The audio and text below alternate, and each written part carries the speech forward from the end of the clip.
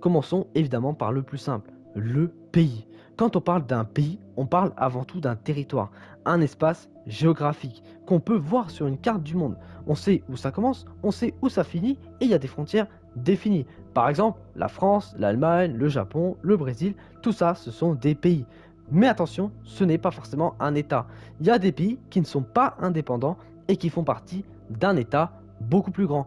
Prenons l'Écosse, c'est un pays au sens géographique, mais ce n'est pas un État, car il fait partie du Royaume-Uni. Pareil pour la Nouvelle-Calédonie, qui est un pays dans le sens culturel et historique, mais qui reste un territoire français.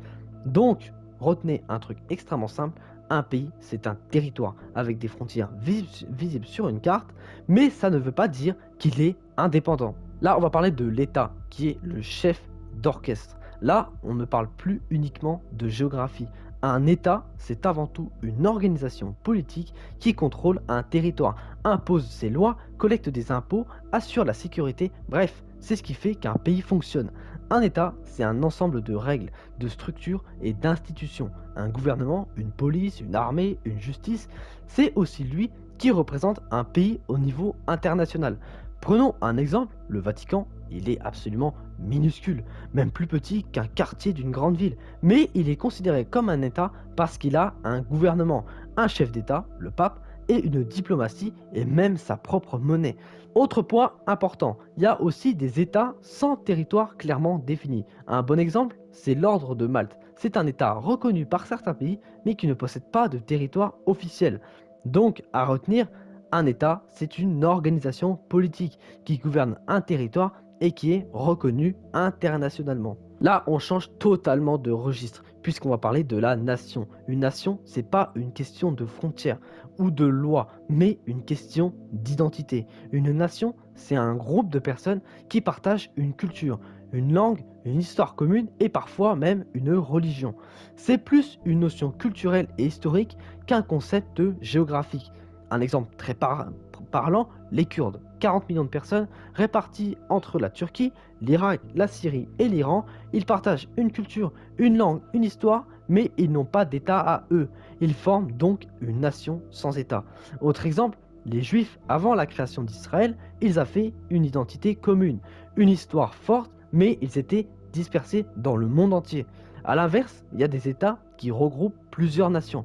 Par exemple, le Canada, où il y a les Québécois francophones et les Canadiens anglophones, qui ont chacun leur propre culture et identité. Pareil pour la Suisse, où on trouve des Suisses francophones, germanophones et italophones. La même chose pour la Belgique, la Bosnie-Herzégovine, etc. Il y a énormément d'États qui sont dans cette situation. Donc à retenir, une nation, c'est un groupe de personnes unies par une histoire et une culture, pas forcément par des frontières ou un gouvernement. Un État peut donc contrôler plusieurs nations. Par exemple, l'État belge contrôle deux nations, les Flamands et les Wallons. Bon, il y a aussi les germanophones, mais c'est plus petit.